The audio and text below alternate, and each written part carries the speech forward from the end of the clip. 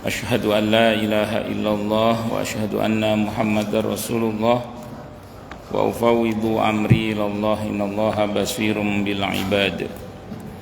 Hasbiyallahu la ilaha illa huwa alaihi tawakkaltu wa huwa rabbul arsyil azim.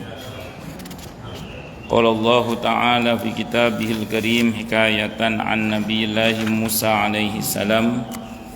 Rabbi syrah li sadri wa yassir li amri wahlul 'uqdatam min lisani yafqahu qawli. Para alim, para asatid, para asatidah, para bapak dan ibu sekalian, hafidhani wa hafidhakumullah, wabil khusus segenap mengurus Masjid Baitur Rahim Villa Taman Kartini yang semoga pengurusnya dan jamaahnya selalu dalam naungan rahmat, barokah, perlindungan serta bimbingan Allah Subhanahu wa taala. Amin Allahumma amin insyaallah. Masih melanjutkan kajian kita tentang sababun nuzul surah An-Nur. Surah An-Nur surah ke-24 ayat 27 sampai 29. Allah berfirman, a'udzubillahi samii'il 'aliim minasyaitonir rajim. Ya ayyuhalladzina amanu la tadkhulu buyutan ghaira buyutikum hatta tasta'nisu wa tusallimu ala ahliha dzalikum khairul lakum la'allakum tadhakkarun. Hai orang-orang yang telah beriman, janganlah kamu memasuki rumah yang bukan rumahmu, bertamu maksudnya ya, sebelum meminta izin dan memberi salam kepada penghuninya. Ini diterjemahkan tastaknisu itu minta izin, karena memang adab bertamu itu janjian dulu sebenarnya. Kalau nggak ada janji, secara hukum Islam kita sebagai tuan rumah punya dua hak. Hak pertama hak menerimanya, hak yang kedua hak menolaknya. Artinya kita nggak terima dia karena nggak bikin janji. Nah, jadi kalau nggak bikin janji, kita sebagai tuan rumah boleh pilih menerima atau menolaknya. Makanya ada adab dalam Islam, ngucap salam 3 kali nggak dibukakan pintu, itu pulang itu oleh perintahnya. Kan kita nggak tahu di dalam ada apa. Mungkin sedang sakit, mungkin sedang istirahat, mungkin sedang aktivitas pribadi yang nggak boleh diganggu gitu. Dalam Islam salam 3 kali, assalamualaikum 3 kali nggak dijawab pulang. Sayyidina Umar itu gitu, nggak dijawab pulang. Mungkin di dalam lagi memang sedang tidak ingin. Kenapa? Karena Islam itu sangat menghargai privasi. Tapi kalau udah bikin janji nggak dia terima, tentu ini nggak benar, namanya mengingkari janji. Kalau udah bikin janji, makanya harus janjian. Nabi itu jangankan ke orang lain, pada istrinya saja. Kalau beliau mau ke rumah istrinya di mana beliau baru datang dari luar kota misalnya, beliau utus delegasi, sampaikan kepada istri saya siapa itu agar diberitahu saya mau datang gitu. Nabi itu gitu. Kepada sahabat juga sama. Di antara adab Nabi adalah mengutus delegasi ke rumah orang yang dimaksud, sampaikan kepadanya saya mau datang. Dalam konteks bertamu itu begitu. Nah, di sini ayatnya redaksi Arabnya kan hatta tastaknisu, yang diterjemahkan hingga kalian minta izin terlebih dahulu. Tastaknisu itu kan dari kata anis, bukan ya, anis itu intim artinya. Anis itu intim, mesra, nyaman, merasa nyaman gitu. Jadi hatta tastaknisu itu hingga dia merasa nyaman, hingga kalian merasa nyaman. Maksudnya apa? Pastikan kedatangan kita itu tidak mengganggu dan memang kedatangan kita itu nyaman bagi orang yang kita datangi gitu. Gimana taunya? Yang mesti janjian itu.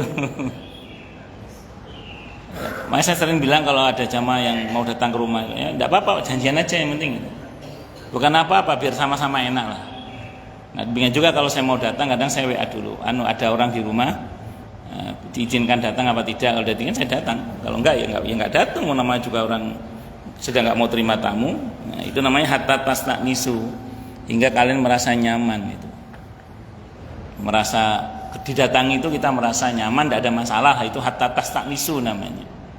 Maka pastikan orang yang kita datangi itu orang yang merasa nyaman dengan kedatangan kita. Caranya ya izin dulu itu, janjian dulu itu. Nah, kalau udah bikin janji baru insya Allah yang datang ya nyaman, yang didatangi ya sama-sama nyaman. Itu adabnya di dalam bertamu. Hatta tastanisu. Jadi adabnya kalau mau bertamu apa, jadi janjian. Wa tusallimu, dan mengucapkan salam. Kalau ada orangnya ya assalamualaikum, enggak ada orangnya assalamu alaina wa ala ibadillahis sholihin. Adabnya dalam Islam kalau bersalam, kalau di rumah orang itu bertamu ya statusnya itu 3 kali salam. Assalamualaikum. 2 kali agak tinggi, assalamualaikum. Terakhir agak lebih tinggi lagi, assalamualaikum. Kok enggak keluar? Nah, berarti ada. Kalau perintahnya ya pulang, perintahnya pulang, wis mulia wis. Kenapa? Karena kemungkinannya yang bersangkutan tidak mau diganggu. Kecuali yang sudah bikin janji, mungkin boleh tanya, kok WA lah atau apa sekarang itu, konfirmasilah. Itu seperti itu. Jadi itu adabnya begitu. Karena saya ulang tadi, tuan rumah itu punya 2 hak, menerima atau menolak. Karena tidak semua tamu berhak untuk diterima.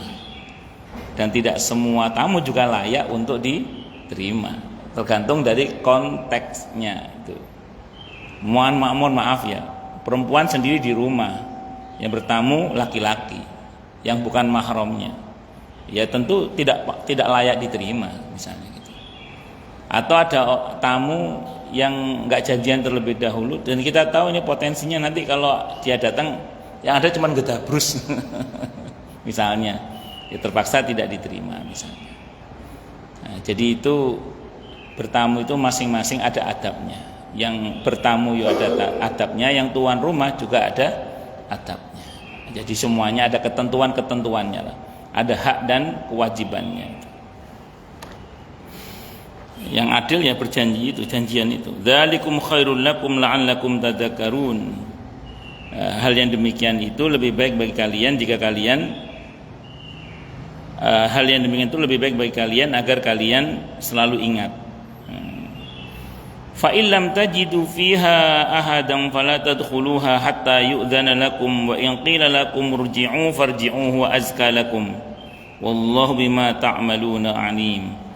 Dan jika kalian tidak menemui seorang pun di dalamnya, maka janganlah kamu masuk sebelum kamu mendapatkan izin. Tidak boleh udah teriak assalamualaikum sambil gini, assalamualaikum. Gak ada orang maksa masuk, tidak boleh. Itu melanggar privasi seseorang. Dalam Islam itu tidak boleh. Harus kalau udah adabnya apa? 3 kali salam. 3 kali salam nggak dijawab, pulang. Itu adabnya. Allahu Akbar. Jika kalian tidak menemui seorang pun di dalamnya, maka janganlah kalian masuk sebelum kalian mendapatkan izin. Kalau nggak dapat izin, tidak boleh. Kalau dapat izin boleh. Misalnya, Pak, saya sudah datang Pak. Oh iya, saya masih di jalan. Masuk aja, tidak apa-apa. Di teras itu lah. Ya berarti itu boleh masuk lah itu. Masuk aja. Terus kemudian, dan jika dikatakan kepada kalian kembali sajalah. Mohon maaf ya, saya nggak bisa terima tamu, saya mau misalnya, karena nggak janjian dulu salahnya gitu. Maka hendaklah kamu kembali. Itu lebih bersih bagimu dan Allah Maha mengetahui lagi apa yang kamu kerjakan. Jadi kalau misalnya tuan rumah mengatakan maaf ya kita belum bisa terima tamu dulu, kan ada orang-orang tertentu itu yang mungkin karena ya tadi entah karena sakit atau mungkin karena ada keperluan keluarga, intern keluarga yang harus diselesaikan, atau masalah pribadi atau keperluan pribadi yang sangat pribadi yang nggak boleh diganggu. Makanya yes, kalau yang tuan rumah tidak siap menerima tamu, dan mohon maaf ya, yang betul bagi kita yang bertamu pulang, itu yang betul. Tidak usah ngeyel, masa sih sebentar aja nggak boleh, maaf ya nggak, masa jangan. Kalau udah pulang gitu aja.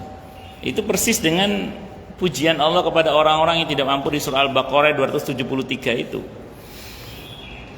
Ada orang-orang tertentu itu yang karena kesibukannya berjuang jalan Allah sampai mengalami kesulitan di bidang ekonomi dan mereka menjaga kehormatan dirinya dengan tidak meminta.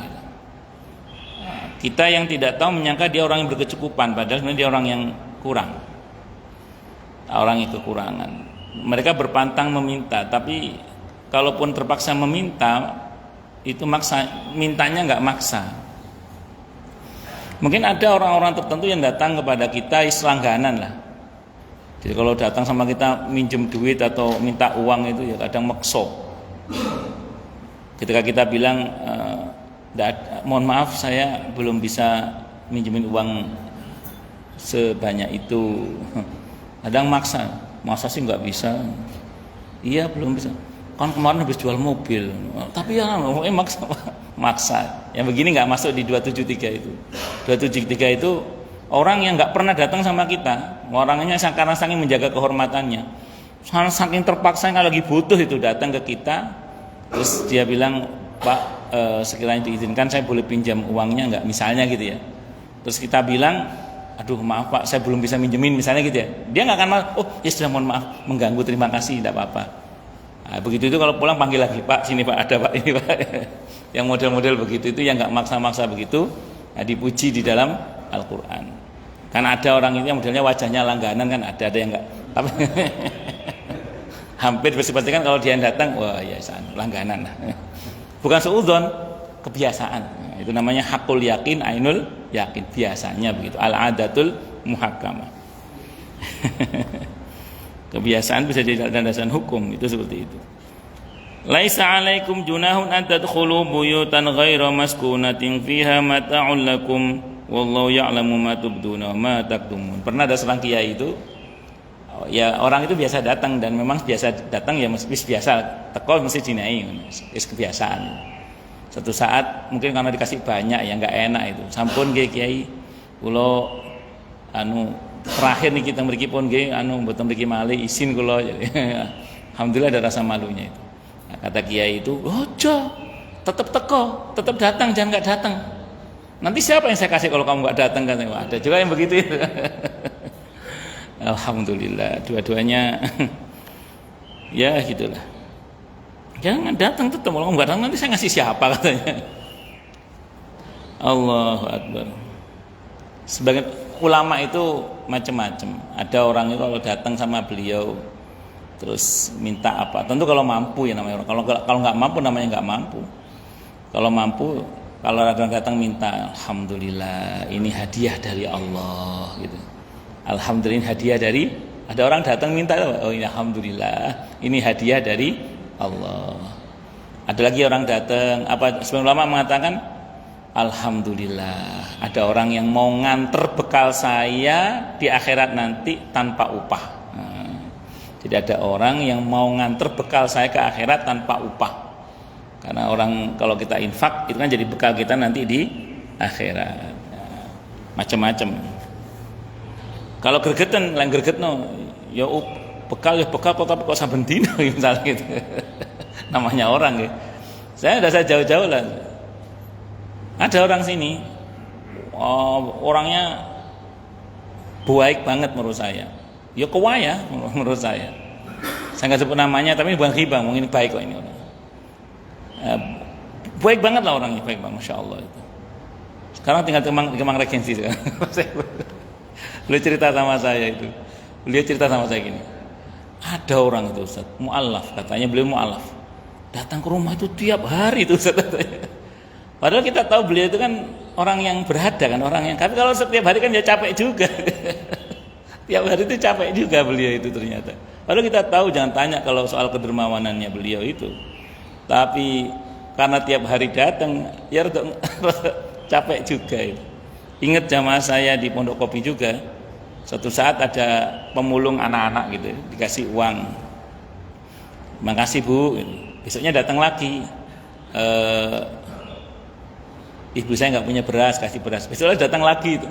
Kata jamaah saya mau ngasih tapi jangan tiap hari datang, kalau tiap datang itu capek juga. Itulah manusia, nggih. Ya, makanya saya ulang, ya ini terserah jenengan lah. Pokoknya dalam Islam satu prinsipnya ya. Kalau kita lagi gak pengen ngasih, Prinsipnya satu. Wa ammasaila fala tanhar. Orang yang minta jangan dibentak. Yang mau kasih. Kalau nggak mau kasih ya sudah. Jadi yang mau ngasih kasih. Tapi yang nggak mau ngasih ya sudah. Tapi yang penting jangan dibentak. Kalau bahasa Al-Qur'annya apa itu? Qaulun ma'ruf wa maghfiratun khairum min sadaqati yatba'uha ada. Ucapan yang baik disertai dengan ampunan itu lebih baik daripada memberi tapi sambil menghina atau menyakiti. Jadi kalau bahasa kita maaf itu lebih baik daripada kita memberi tapi sambil menghina. Wah, kamu itu. Jadi kalau mau kasih enggak ya maaf gitu aja. Itu prinsip dulu dia. Jadi wa ammasaila fala tanhar. Karena dalam Islam itu dermawan atau tidak dermawannya seseorang itu tidak diukur dari memberi atau tidak memberi orang yang meminta atau pengemis, tapi bagaimana zakatnya, kewajiban terkait dengan hartanya lah, bagaimana nafkahnya kepada istrinya, bagaimana gaji karyawannya, bagaimana kewajibannya di lingkungannya, bagaimana jalan apa enggak. Kalau jalan ya berarti insya Allah dia termasuk orang yang dermawan. Terus yang sunnah bagaimana untuk musola, masjid, majelis taklim, ada enggak agenda ke sana? Kalau ada sudah insya Allah itu sudah cukup dermawan. Jadi jangan kita nyetempel orang pelit hanya gara-gara wah nggak ngasih pengamen pelit dia, wah nggak ngasih pengemis pelit dia. Bukan itu ukuran, bukan itu. Malah dalam satu hadis di fikih sunnah sabik saya baca itu ya, di tentang penjelasan tentang orang miskin, kriteria mustahik zakat dari kalangan orang miskin. Di situ Nabi bersabda, "Aukamakal, tidak termasuk orang yang miskin adalah orang yang keliling-keliling minta-minta itu." Jadi orang yang minta-minta itu tidak masuk dalam kategori orang miskin menurut Nabi. Aukamakal di yang saya baca riwayat dalam fikih sunnah sabik. Dan memang terbukti banyak orang yang minta-minta ternyata nggak miskin. Makasih, selamat ya. Jazakallah khairan, kita doakan semoga selamat, segenap harapan baiknya segera Allah ijabah dengan mudah, dengan mulia, dengan bahagia, dengan tanpa susah payah menjadi menteri yang soleh dan muslih. Amin Allahumma amin insyaallah. Nah, jadi singkat kata singkat cerita, ini merupakan bagian dari penjelasan tentang betapa sebenarnya seseorang itu memang harus mengenal batas. Jadi orang yang datang bertamu harus mengenal batas, dan orang yang menerima tamu juga punya hak untuk menerima atau menolak tamu itu. Makanya semuanya harus ya dibingkai dalam hak dan kewajiban yang benar lah. Itu kalau bahasa kita. Nah, termasuk perihal minta-meminta ini. Nah, jadi kalau kita bisa menjaga kehormatan kita untuk tidak meminta, dan kalaupun meminta sifatnya terpaksa, dan kalaupun terpaksa minta tidak memaksa, sampai situ kita aman masih. Tapi kalau meminta itu menjadi kebiasaan, maka itu menjadi bahaya. Nah, ini tidak masuk dalam kriteria ini perihal kepada orang-orang yang kepada mereka kita punya hak gitu. Kayak misalnya istri ke suami minta, tidak boleh bapak pakai dalil, ma ingat dalilnya ma, nggak boleh minta-minta ma, nggak bisa. Nggak kena dalil itu. Bapak keluar kota misalnya, istri bilang mas aku beli ini mas, beli ini kayak gitu. Dalam konteks anda mampu ya, tidak boleh anda pakai dalil ini, ma ingat Qurannya ma, tidak boleh ma minta-minta ma. Kenapa? Karena dia istri kita minta kepada kita suaminya.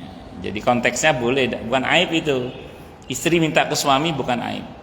Nah, termasuk juga orang tua ke anak, itu bukan aib. Sebenarnya anak ke orang tua juga bukan aib. Cuman idealnya kalau adabnya seorang anak ya mikirnya bukan membebani orang tua tapi meringankan beban orang tua. Itu kalau adab. Walaupun secara hukum hak dan kewajiban ada hak di situ. Itu seperti itu. Bisa dimengerti ya? Jadi tidak termasuk aib istri kepada suami, tidak termasuk aib adalah orang tua ke anak atau sebaliknya. Cuman kalau yang anak ini sepatutnya lah prinsipnya meringankan, jangan membebani lah. Walaupun ada hak di situ. Itu interaksi muamalahnya itu ada hak dan kewajiban soalnya, karenanya tidak disebut sebagai aib. Itu seperti itu. Allahu Akbar.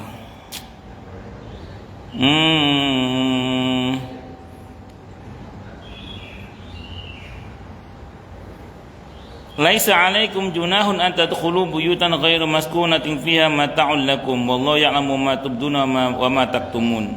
Tidak ada dosa atas kalian memasuki rumah yang tidak disediakan. Tidak ada dosa atas kalian memasuki rumah yang tidak disediakan untuk didiami, yang di dalamnya ada keperluanmu, dan Allah mengetahui apa yang kamu nyatakan dan apa yang kamu sembunyikan.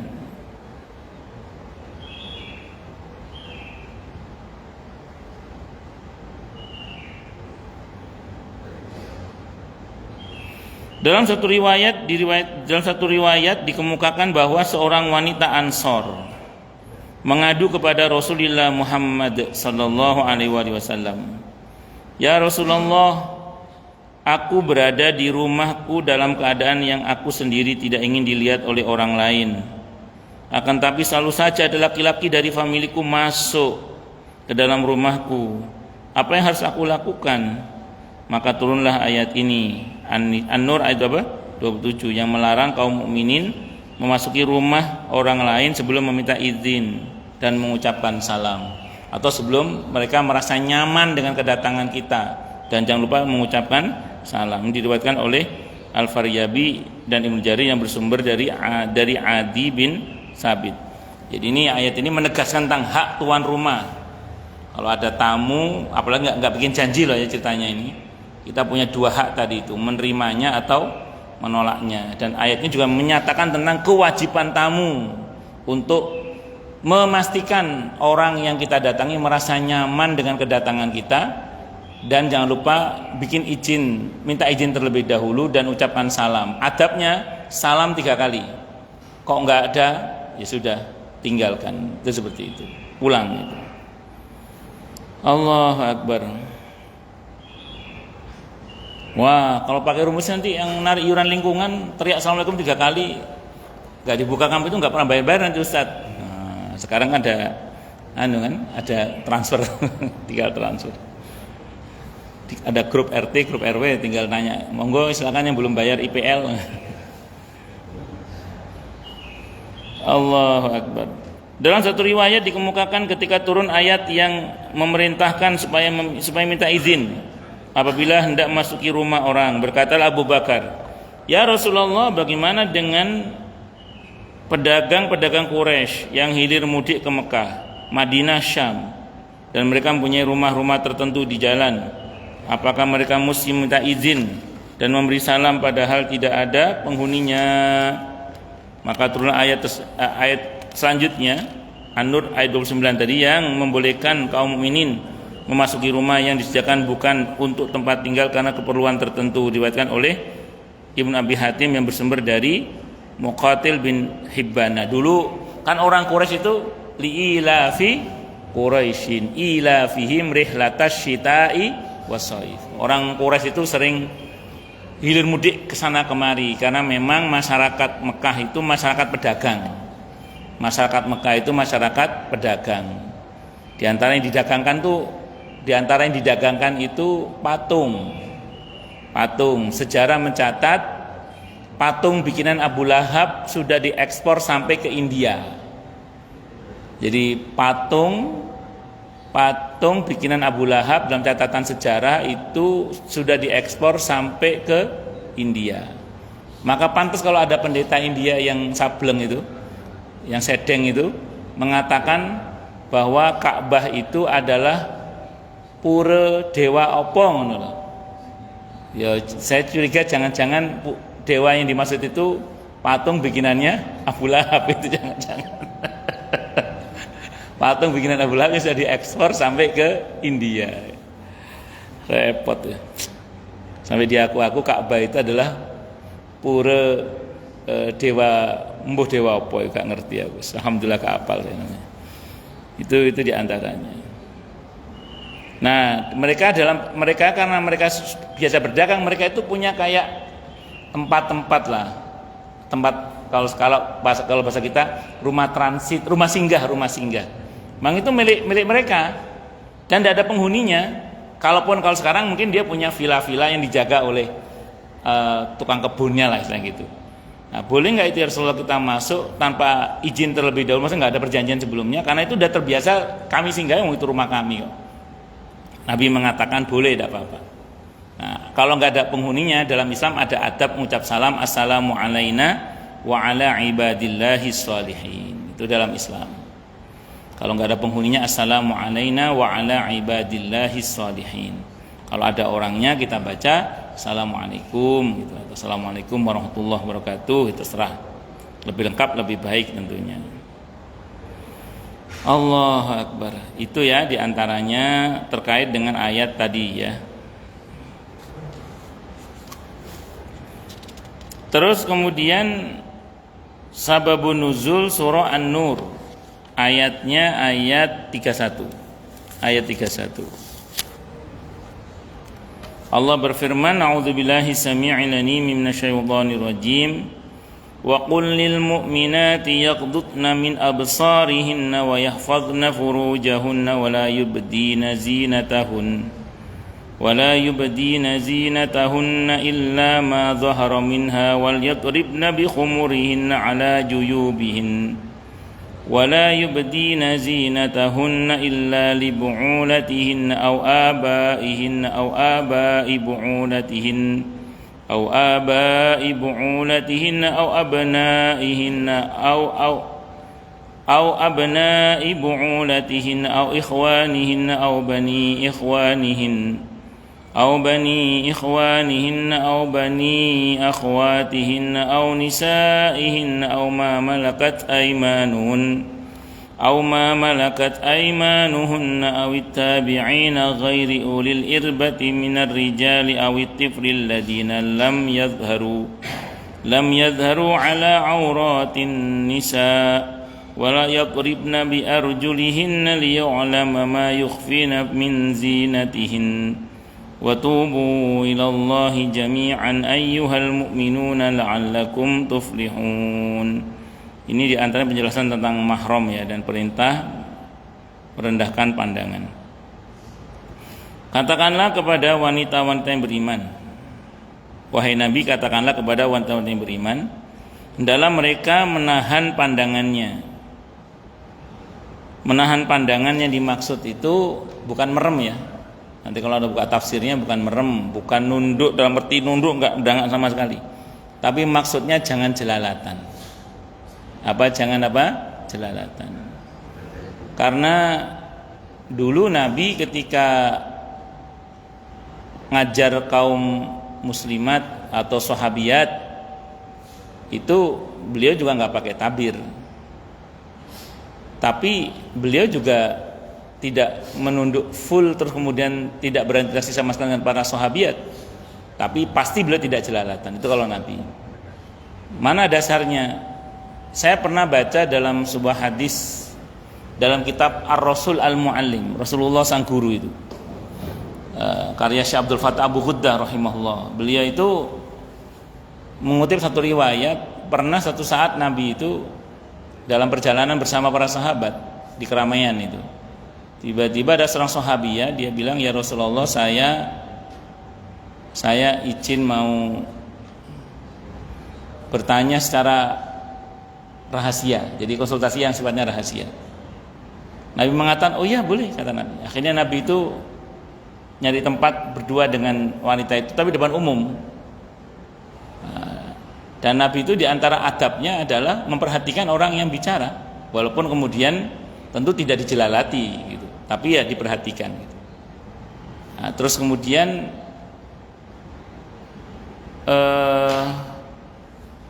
ketika ada seorang wanita yang juga menemui Nabi di bawah pohon kurma itu, yang kemudian Nabi gelarkan surbannya dan Nabi mendengar konsultasi beliau dengan sangat baik. Nah, itu menunjukkan bahwa pengertian ghadul basar itu bukan berarti terus merem atau nunduk, enggak ngangkat sama sekali, itu enggak. Tapi yang penting satu, jangan jelalatannya itu. Nabi kalau habis salat Idul Fitri menemui kaum wanita, ditemui kaum wanita itu, dan Nabi menyampaikan pada mereka dengan menghadap kepada kaum wanita itu, tapi seorang tidak jelalatan, pasti beliau itu menyampaikan tentang perintah untuk bersedekah misalnya. Malah Nabi itu kalau sholat berjamaah dan wanita ikut berjamaah, karena pintu Masjid Nabawi dulu itu cuma satu atau nggak banyak, sementara ada kaum laki-laki yang akan keluar, Nabi menoleh ke arah belakang, ke arah wanita, ngasih syarat agar keluar terlebih dahulu. Nah, berarti Nabi itu yang melihat, bukan tidak melihat. Bahkan beberapa sahabat mengatakan kaum wanita itu kalau sholat subuh itu berangkat dalam keadaan di mana bayangan tubuh mereka itu belum jelas. Nanti bahkan pulang pun masih belum jelas kadang. Nah, itu karena saat itu belum ada lampu, nggak kayak sekarang. Berarti kan dilihat, tapi bukan dipelototin gitu, bukan dicelalati gitu. Dilihat berarti. Hadisnya Bukhari juga, ketika Nabi itu setiap Khamis punya jadwal bersama dengan kaum sahabiat. Dan itu kelas khusus untuk kaum sahabiat seharian, hari Khamis itu. Hadisnya Bukhari, dan Nabi mengajar para sahabiat tidak menggunakan tabir. Tidak menggunakan apa? Tabir. Dan banyak hadis-hadis tentang konsultasinya sahabat perempuan dengan Nabi, dan Nabi tidak menggunakan tabir. Berarti bukan tidak boleh melihat. Maksudnya merendahkan pandangan itu maksudnya jangan jelalatan matanya itu. Paham gak maksudnya gak? Jangan jelalatan. Ibu-ibu bayar sama tukang sayur karena nggak boleh melihat terus gini. Ini bang. Oh, masuk gitu ya. Nggak, biasa aja. Yang penting jangan bayar tukang sayur tertarik sama kumisnya bang tukang sayur. Jangan gitu. Atau beberapa ibu-ibu kayaknya lihai banget itu ngerayu tukang sayur itu, masya Allah.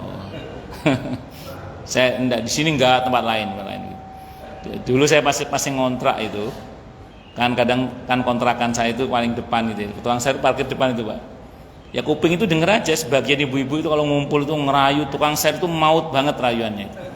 Ya jangan begitu, itu ya nggak boleh. Kenapa? Karena suara perempuan yang disengaja untuk didesah-desahkan itu takutnya mengundang penyakit dalam hati kaum lelaki itu. Apalagi ngerayunya maut banget itu. Yang sering dirayu lagi saya dengar itu tukang jahit pak. Tukang jahit itu sama ibu-ibu itu kalau ngerayu harga, iya, itu rayuannya maut juga ibu-ibu itu. Saya tahu itu ya, tadi saya ulang. Dulu kontrakan saya itu paling depan. Jadi orang kalau parkir itu apa nyari dagangan atau apa itu di depan kontrakan saya. Jadi saya dengar semua itu. Astagfirullah itu. Nah, itu hati-hati. Nah, itu perintah Nabi merendahkan pandangan. Apa tadi pengertiannya? Bukan tidak melihat, bukan berarti menunduk terus, bukan. Tapi maksudnya jangan jelalatan. Sayyidina Umar radhiyallahu anhu pernah melihat seorang wanita berjalan, langsung beliau tegur, kamu pasti saudah ya katanya. Sayyidina Umar itu, kamu pulang kan kata Rasulullah bla bla itu. Akhirnya saya udah lapor sama Rasulullah tentang bagaimana seharusnya seorang wanita itu bla bla bla itu. Nah, jadi berarti Sayyidina Umar melihat berarti kan? Jadi bukan tidak melihat. Buktinya menegur itu saat itu. Ada lagi satu hadis Bukhari. Satu saat Siti Fatimah radhiyallahu anha datang menghadap Rasulullah Muhammad sallallahu alaihi wasallam. Kata para sahabat yang menyaksikan kejadian itu rawinya, beliau datang dalam keadaan pucat pasi wajahnya. Jadi Siti Fatimah itu berarti pernah tidak pakai niqab. Siti Fatimah itu pernah tidak pakai cadar. Berarti hukum cadar itu tidak wajib. Nah, beliau kata para sahabat yang menyaksikan di situ kejadian itu, aku lihat wajah Siti Fatimah itu pucat pasi. Terus oleh Nabi dipegang dadanya, didoakan. Terus memerahlah pipinya, wajahnya memerah kembali. Sahabat menyaksikan berubahnya wajah Siti Fatimah dari pucat menjadi memerah. Berarti ngelihat apa ngelihat itu? Ngelihat. Dan Nabi kalau itu kemungkaran, Nabi pasti melarang. Karena Nabi itu orang yang paling keras dalam mereaksi kemungkaran. Tapi Nabi mendiamkan, berarti tidak apa-apa. Jadi yang nggak boleh apa? Jelalatannya. Yang nggak boleh itu jelalatannya itu. Ngeten guys, jadi nggak boleh itu jelalatan, ghaddul bas. Tapi ada beberapa kawan-kawan ustadz kalau ngajar ibu-ibu pakai tabir jangan dilarang, karena itu hak beliau. Dulu saya awal-awal di Jakarta pernah tahu ada seorang ustadz, saya nggak sebut namanya, kemana-mana bawa tabir itu beliau. Jadi kalau ngajar ibu-ibu langsung pasang tabirnya. Boleh, hak beliau itu, tidak ada masalah. Pernah kata jamaah saya cerita, beliau itu lupa bawa tabir ustadz. Akhirnya ngajar nunduk terus ibu-ibu sekalian gitu. Jadi itu hak beliau. Mungkin beliau maaf, yang tahu hati beliau kan beliau. Ya sudah kita hormati. Tapi ada juga yang agak keras juga itu. Kalau nggak ada tabirnya ngajari ibu langsung pulang. Assalamualaikum langsung pulang. Ada yang begitu itu. Assalamualaikum nggak ada tabirnya pulang langsung. Ada yang begitu. Ya macam-macam orang nggih, orang macam-macam. Cuman kalau saya pakai beberapa riwayat tadi itu. Jadi intinya jangan apa? Jangan jelalatan, itu intinya. Katakanlah kepada wanita yang beriman dalam mereka menahan pandangannya dan memelihara kemaluannya, maksudnya tidak berzina. Nabi menjamin siapa yang bisa menjaga di antara dua gerahamnya dan di antara dua pahanya. Di antara dua gerahamnya bisa menjaga lisannya, di antara dua pahanya berarti menjaga kemaluannya tidak berzina, maka Nabi jamin masuk surga. Terlanjur, kemarin sudah kita bahas ilmunya taubat, minta ampun kepada Allah. Karena dengan taubat itu saya sampaikan kemarin ya, Al-Furqan ayat 68, 69, 70 itu. Ada 3 dosa besar sekaligus. Syirik, membunuh, zina. Kalau enggak taubat diancam dengan kehinaan. Kalau taubat, bahkan Allah janjikan kebaikannya kan, keburukannya diganti dengan kebaikan-kebaikan. Diampuni oleh Allah, jangan khawatir. Mana kita bahas juga kalau ada orang yang mau perbuatan zina, kata Nabi silakan pilih au kama qal. Lapor nanti saya hukum kata Nabi, atau diem. Wis sudah diem tobat, enggak usah cerita-cerita. Diem tobat, enggak usah cerita-cerita. Allahu akbar. Dan janganlah mereka menampakkan perhiasannya kecuali yang biasa nampak daripadanya. Perhiasan yang maksud adalah wajah dan tangan. Perempuan yang ulama sepakat boleh diperlihatkan, bukan boleh dilihat, boleh diperlihatkan. Ini ulama sepakat, yaitu wajah dan tangan. Berarti saya mohon maaf ya, Anda boleh tidak sepakat dengan saya. Saya ngomong soal hukum, belum ngomong soal adab ya, ngomong soal hukum. Kalau Anda nanya ke saya, bagaimana hukum memasang foto PP di WA, di Facebook, di media sosial dengan wajahnya, wajah apa? Wajah ibu itu, apa si wanita itu boleh apa tidak? Maaf kalau Anda nanya saya secara hukum ya, Anda nanya secara hukum ke saya jawab boleh. Kenapa? Karena yang diperbolehkan ditampakkan dari wanita adalah wajah dan tangan, atau menampakkan foto tangannya misalnya gitu. Boleh, tidak apa-apa. Kenapa? Karena yang boleh ditampakkan dari wanita adalah wajahnya. Saya belum ngomong akhlak ya, saya ngomong hukum dulu. Sehingga kalau ada orang yang mengatakan itu dosa jariah, kalau nanti ada laki-laki yang pikirannya kotor melihat wajahnya, terus kemudian dia punya pikiran yang kotor, maka itu dosa jariah bagi dia. Saya mau tanya, kalau syariat mengizinkan untuk menampakkannya, ada orang yang fiktor, pikirannya kotor melihat dia, itu yang dosa yang punya pikiran apa yang punya wajah? Yang punya pikiran kotor. Kenapa? Karena syariat mengizinkan untuk diperlihatkan. Kecuali wilayah-wilayah yang tidak boleh dibuka, kok ditampakkan, nah itu yang berdosa. Contoh misalnya bupati buka paha tinggi-tinggi misalnya, atau sekwilda sekitar wilayah dada misalnya, kok ditampakkan, ada orang punya pikiran kotor, itu dua-duanya dosa itu.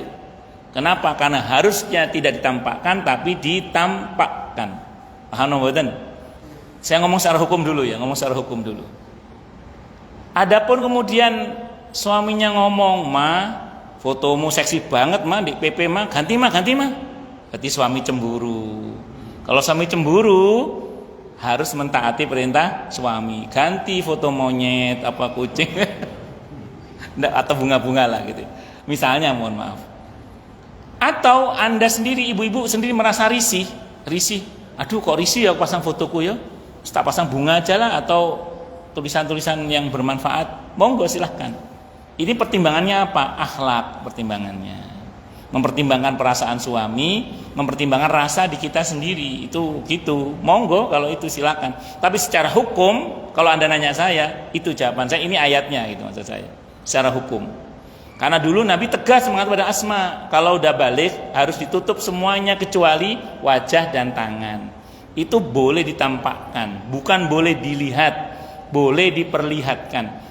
Dilihat kalau dalam kadar kebutuhan muamalah cukup, tidak ada masalah. Tapi kalau berlebihan tetap tidak boleh. Nah, sekedar sekilas lalu lah, itu seperti itu. Ya bisa dimengerti ya. Saya dulu termasuk yang tidak pasang foto saya. Tapi lama-lama orang sering nanya, ini Ustaz Subhan ya? Ini wah uang takon terus tak pasang foto guys. Dia tak tanya terus karena beberapa kali orang nanya itu. Itu seperti itu. Jadi karena beberapa kali orang nanya akhirnya tak pasang foto gue. Ben wong gak takon maneng. Karena beberapa kali orang tanya itu. Itu seperti itu. Oh, lanjut nggih. Terus kalau ada satu bagian tubuh wanita yang ulama beda pendapat, yaitu punggung kaki. Kalau kata Syekh Albani rahimahullah, bagi yang meyakini hadis tentang menutup punggung kaki itu sahih, maka dia sebenarnya kalau menurut ilmunya Syekh Albani ya, itu pakai kaos kaki nggak cukup itu. Tapi harus menggunakan pakaian yang menyapu lantai. Karena kaos kaki itu masih membentuk anggota tubuh. Nah, jadi kalau Anda meyakini hadisnya sahih, hadisnya Ibnu Abbas itu. Kalau Anda meyakini hadis sahih berarti Anda harus tidak cukup pakai kaos kaki. Kalau dalam standar menutup auratnya Syekh Albani nggak cukup itu, karena itu belum dianggap menutup aurat karena masih membentuk tubuh. Tapi harus menggunakan pakaian yang menyapu lantai. Tapi kalau Anda bersependapat, ini bukan kata-kata Syekh Albani dalam buku beliau tentang masalah menutup auratnya wanita itu. Kalau Anda sepakat bahwa hadis tentang punggung kaki itu dhaif, lemah hadisnya, yang melemahkan Ibnu Taimiyah. Ibnu Taimiyah rahimahullah melemahkan hadis tentang punggung kaki wanita itu adalah aurat, hadis Ibnu Abbas itu. Maka kalau Anda sepakat itu lemah, berarti punggung kaki wanita itu bukan aurat. Kalau begitu, nggak pakai kaos kaki juga nggak apa-apa. Kalau pakai kaki juga nggak apa-apa, silakan. Yang penting dibatasi di punggung kaki itu. Jadi jangan lebih dari itu gitu. Jadi punggung kaki itu bisa dimengerti ya. Itu ulama beda. Itu fakta fikih ulama beda pendapat itu. Padahal ini ulama beda pendapat. Terus kemudian dan hendaklah mereka menutupkan kain kudung khimar ya ke dadanya, dan janganlah menampakkan perhiasannya kecuali kepada suami mereka, dan seterusnya. Nanti saya bahas ini. Jadi idealnya pakaian wanita itu menutup rambutnya kecuali wajahnya yang terlihat tadi itu, ini diturunkan sampai ke bawah. Dulu sebagian kaum wanita menggunakan kain tambahan, ada kain tambahan namanya. Itu yang nanti ada peraturan untuk wanita yang menopause itu boleh, yang kain ini dilepas boleh, atau boleh pakai jilbab yang tidak menutupi dadanya. Kalau udah menopause itu boleh, bukan lepas jilbab, bukan. Karena ada beberapa kaum wanita itu karena dengan dalih sudah sepuh, wani wis akeh, wis coplok ae lah.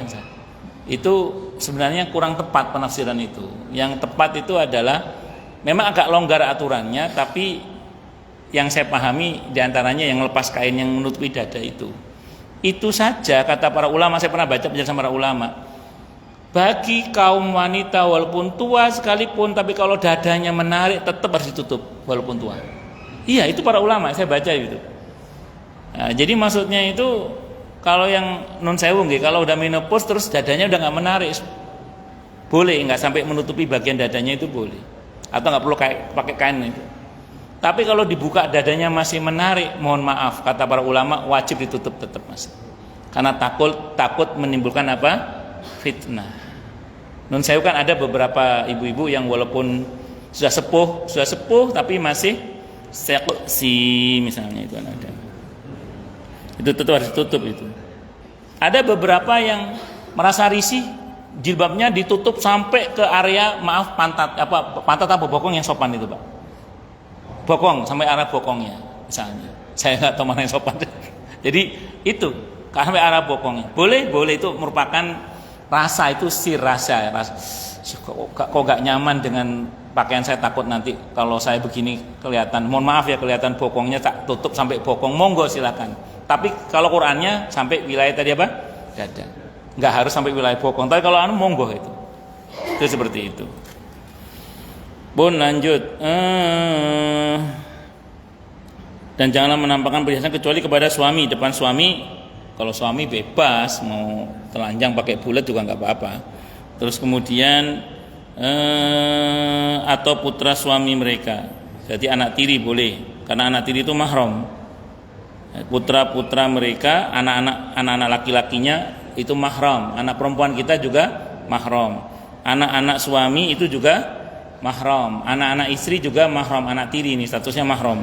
Mahram selamanya boleh, mohon maaf, menampakkan perhiasan dalam arti apa ya, buka jilbab lah misalnya gitu, boleh, tidak apa-apa. Kenapa? Karena mereka mahram. Kalau merasa risih pakai jilbab ala kadarnya nggak ada masalah. Tapi aturannya tidak seketat kalau itu orang lain. Gitu. Kalau orang kan ketat sekali aturannya. Atau saudara-saudara laki-laki, saudara kandung ya. Saudara kandung laki-laki itu juga mahram. Atau saudari perempuan kita itu juga mahram kita, tidak apa-apa. Atau putra-putra saudara laki, ponaan asli ya. Bukan ponaan dari istri, bukan ponaan dari suami. Kalau ponaan dari istri, ponaan dari suami bukan mahram. Atau statusnya kayak ipar. Mahram muakkad, mahram sementara, berarti bukan mahram. Masih ada kesempatan kita untuk menikahinya. Makanya bukan termasuk. Ini ponaan yang asli. Ponaan yang asli. Atau putra-putra saudara perempuan mereka. Ya, jadi saudara laki, saudara perempuan punya anak namanya ponaan asli. Itu termasuk mahram. Atau wanita-wanita Islam, sesama wanitanya yang muslim.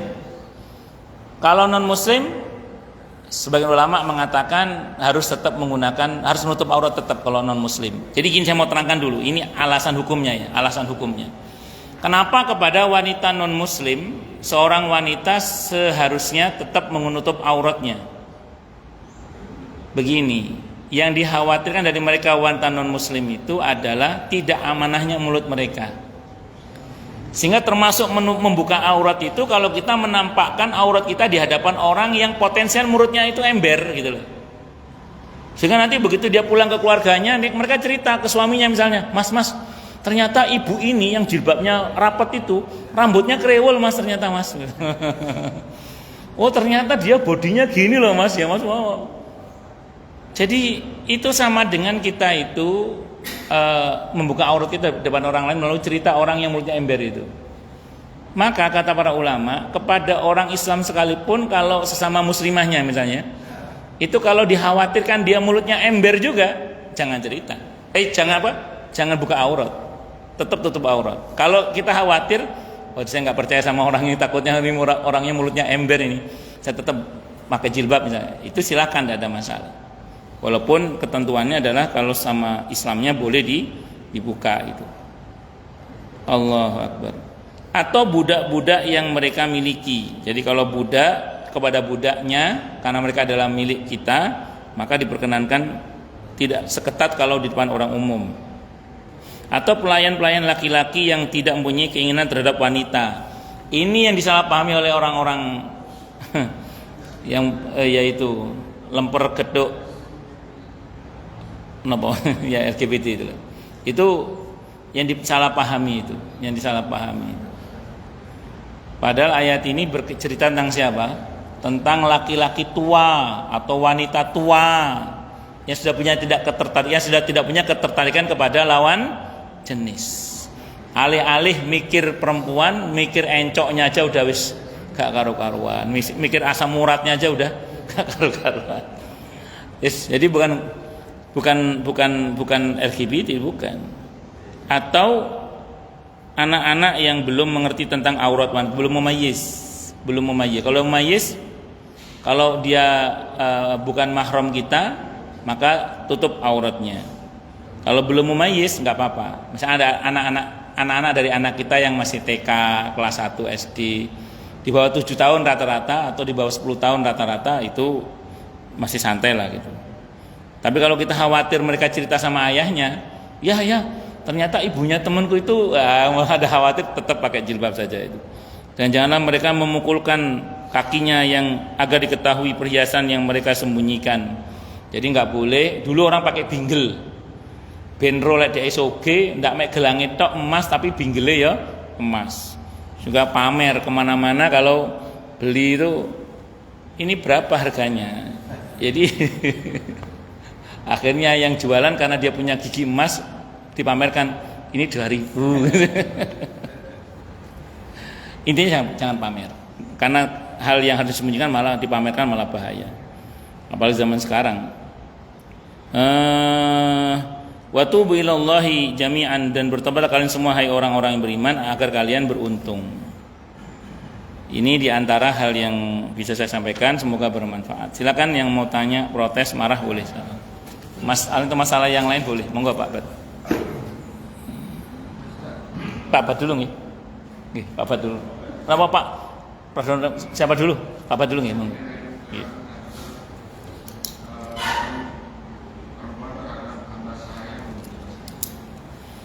Baik. Kalau perempuan terhadap hamba sahaya itu gini, kan budak itu haknya separuh orang merdeka. Karenanya kemudian budak itu menutup auratnya tidak seperti menutup auratnya wanita merdeka. Dia ketentuannya seperti kaum laki-laki. Laki-laki separuhnya lagi kaum laki-laki merdeka. Maka jenengan kalau pergi ke Afrika sampai sekarang ini, beberapa orang kulit hitam di Amerika bahkan, itu beberapa kaum wanitanya sholatnya pakai lengan pendek dia, pakai celana, nggak pakai jilbab utuh, dia hanya pakai kerpus sholat dia.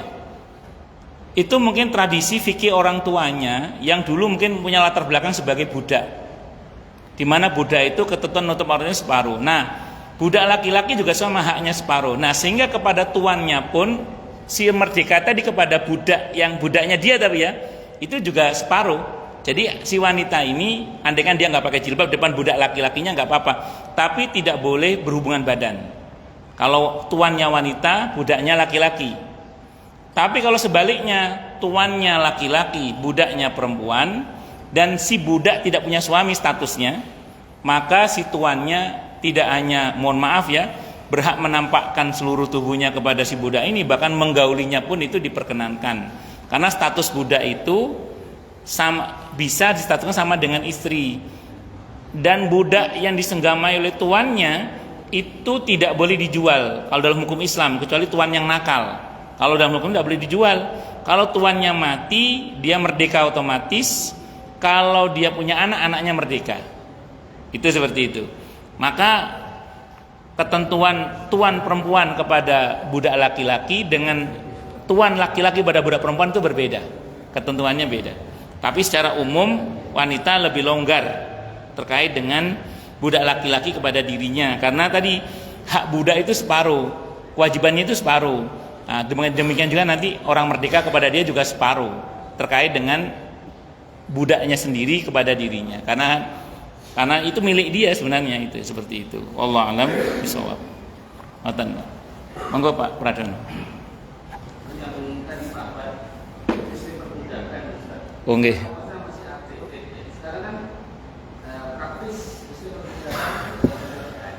Nggih.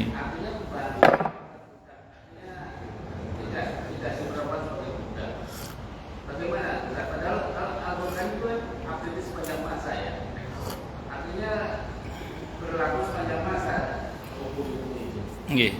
Sampun. Baik, saya mau sampaikan dulu gini.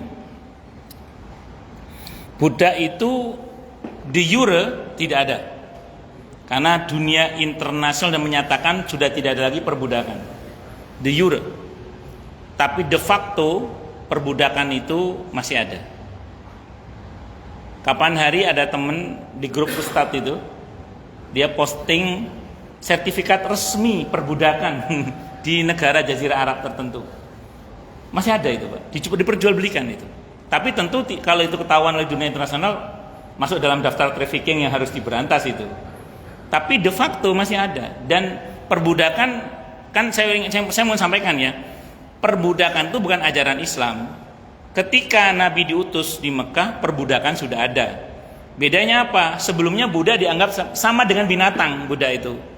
Jenengan kalau pernah nonton film dulu saya masih kecil itu hari Ahad filmnya, setelah duhur kalau nggak salah itu Baron dan Nona Misi gitu ya. Itu budak itu dirantai taruh di kandang yang berjerami gitu, mirip kayak binatang gitu. Itu di Eropa padahal itu. Kalau kita lihat sahabat Bilal bagaimana diperlakukan seperti binatang kan. Tapi begitu Islam datang, budak direaksi perbudakan itu dengan dimanusiakannya budak. Jadi budak itu dimanusiakan, tidak boleh diberi tugas di luar kemampuannya, diberi hak istirahat, terus diperlakukan seperti umumnya manusia. Jadi kalau kita makan enak, mereka pun dianjurkan untuk diberi makan yang enak, walaupun tidak harus sama, tapi spiritnya harus sama. Nah, jadi singkat kata singkat cerita, Islam datang memanusiakan perbudakan. De jure perbudakan tidak ada, tapi de facto masih ada. Bahkan kapan hari itu Pak, saya simpen tapi kehapus apa enggak saya lupa itu. Teman saya posting sertifikat resmi di Timur Tengah itu, nggak tahu negara mana itu perbudakan. Jadi nama budak ini, nama amat ini, nama hamba ini, dan jangan salah loh ya, sampai dengan tahun berapa di Saudi itu, kalau Anda lihat video lawas Saudi tahun berapa itu perbudakan masih terjadi, diperjualbelikan di Saudi itu, dan di Timur Tengah itu ternyata de facto masih ada itu. Bahkan sertifikat resminya ada, kalau kita mau beli budak itu ada kafilnya, ada yang punya itu, dan bisa dibeli dengan harga-harga tertentu, baik budak laki-laki maupun budak perempuan. Itu seperti itu. Nah, kalau dalam Islam, saya ulang tadi itu ketentuannya, ketentuan budak itu aslinya kan risiko dari sebuah peperangan ya. Kaum muslimin kalau kalah jadi tawanan atau jadi budak. Sementara sama dengan ketika kaum muslimin menang, maka tawanan kaum muslimin bisa dibebaskan, bisa dihukum, bisa dipenjara, termasuk bisa jadi sebagai budak. Itu konsekuensi itu. Konsekuensi dari sebuah peperangan. Jadi perbudakan itu aslinya buah dari peperangan itu. Dan sebenarnya kan sampai sekarang perang masih terjadi kan? Masih terjadi. Itu seperti itu. Ngerti nggih Pak Pradono ya? Jadi perbudakan de jure sudah tidak ada, tapi de facto masih ada perbudakan itu. Wallahu a'lam bishawab. Monggo Pak.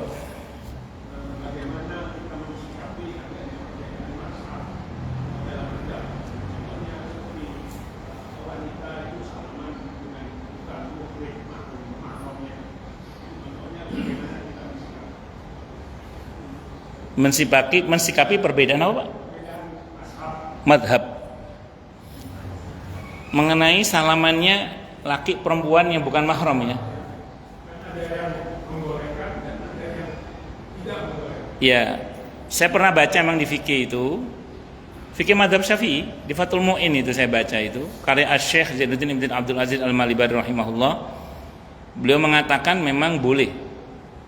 Jadi seingat saya boleh bersalaman laki perempuan yang bukan mahram, tapi dengan catatan li'adami dhanni syahwah, dengan catatan besar kemungkinan tidak terjadi syahwat.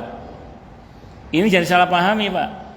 Kalau saya misalnya salaman sama nenek-nenek yang udah tua banget, yang nggak tadi, yang ayatnya tadi nggak mungkin ngefek ke saya, boleh lah. Sebagaimana Nabi ke Ummu Sulaim. Nabi ke Ummu Sulaim itu ngasuh Nabi dari kecil sampai beliau sepuh. Nabi kadang tidur di pangkuannya itu. Tapi kan li adami dhanni syahwah. Enggak mungkin ada syahwat sudah itu. Li adami dhanni syahwah. Nah, atau ibu-ibu kakek-kakek yang sudah loyo gitu. Oh ya nak, ayo nak, itu enggak ngefek Pak. Itu boleh. Tapi kalau saya mau salaman sama Bu Keti, apa bojone Pak Alam, Bu Keti siapa? Bu Keti Sabta misalnya. Saya ngomong, saya enggak akan syahwat lah, enggak akan syahwat. Tapi ada potensi syahwat itu tetap. Kenapa? Karena beliau masih muda. Saya juga masih muda lah gitu. Jadi kalau ada potensi syahwat tetap tidak boleh Pak. Itu yang saya tahu. Dalam fikih pun tidak boleh yang saya tahu. Tapi kalau li'adami dhanni syahwah itu tidak apa-apa. Kayak contoh gini. Ini contoh lagi. Kalau di Quran ya. Wa in tukhalituhum fa ikhwanukum, dan kalau kalian mencampuri bergaul dengan anak-anak yatim dari sejak mereka kecil, maka mereka seperti saudara kalian sendiri. Tadi dikatakan ada sebagian sahabat Nabi itu ngasuh anak yatim itu serumah karena bapak ibunya sudah meninggal. Dia orang lain, tapi diasuhnya dari kecil. Kata Quran di surah Al-Baqarah itu, saya lupa ayat berapa itu, wa in tukhalituhum fa ikhwanukum, dan kalau kalian memang sudah bergaul dengan mereka dari kecil, maka ya mereka saudara kalian walaupun bukan mahram, tapi seperti saudara. Saya mohon maaf nih, punya nggak jenengan saudara yang bukan kandung, anak angkat lah, tapi dari kecil itu biasanya nggak ada syahwat itu biasanya. Kenapa? Dari kecil kok. Atau kita orang tuanya ngasuh dia dari kecil, dari kecil nggak ada syahwat biasanya. Nah itu li'adami dhanni syahwah, begitu bolehlah salaman. Kenapa? Dari kecil aku sih ngomong kok bapak anak atau kayak saudara sendiri, karena dari kecil sudah sebenarnya syahwat ya. Nah itu namanya li'adami dhanni syahwah. Jadi jangan digeneralisasi tadi Pak. Saya nggak akan syahwat.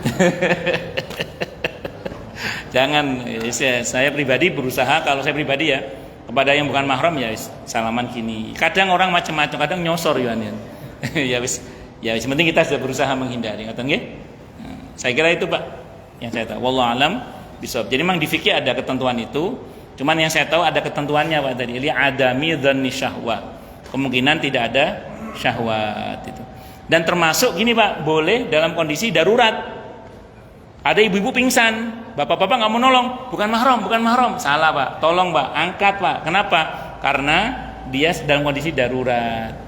Atau saya mohon maaf, bapak tidak punya pilihan, bapak harus naik angkotnya campur laki perempuan, nggak ada pilihan Pak, gimana? Mau jalan kaki, monggo. Kalau ya sudah terpaksa namanya terpaksa namanya. Ya boleh, dokter ke pasien itu juga boleh, sebatas yang memang harus dilihat atau yang harus dipegang itu boleh, tidak apa-apa. Saya kira itu Pak, Allah alam bisawab. Saya pernah nganter istri itu ke dokter SPOG itu, namanya itu nama cantik, begitu masuk ganteng, kaget saya. Untungnya yang layani semua susternya, ternyata dokternya cuma melihat dari kamera saja. Saya pikir dokternya yang ngomong. Saduh, saya ketertutup ngomong, Dok, tak kira ayu tiba yang ganteng Dok. Saya pikir nggak lihat nama nggak lihat sejatinya gelar dokter itu ternyata bisa laki bisa perempuan. Namanya cantik, ternyata ganteng jadi yang masuk itu. Saya kira itu Pak. Allah a'lam. Cukup dulu. Kita tutup dengan hamdalah. Alhamdulillahirabbil alamin. Semoga kajian kita bisa bermanfaat, mubarakah fid dini wad dunya wal akhirah untuk kita, keluarga kita dan seluruh umat Islam semuanya, dan mudah-mudahan kita semua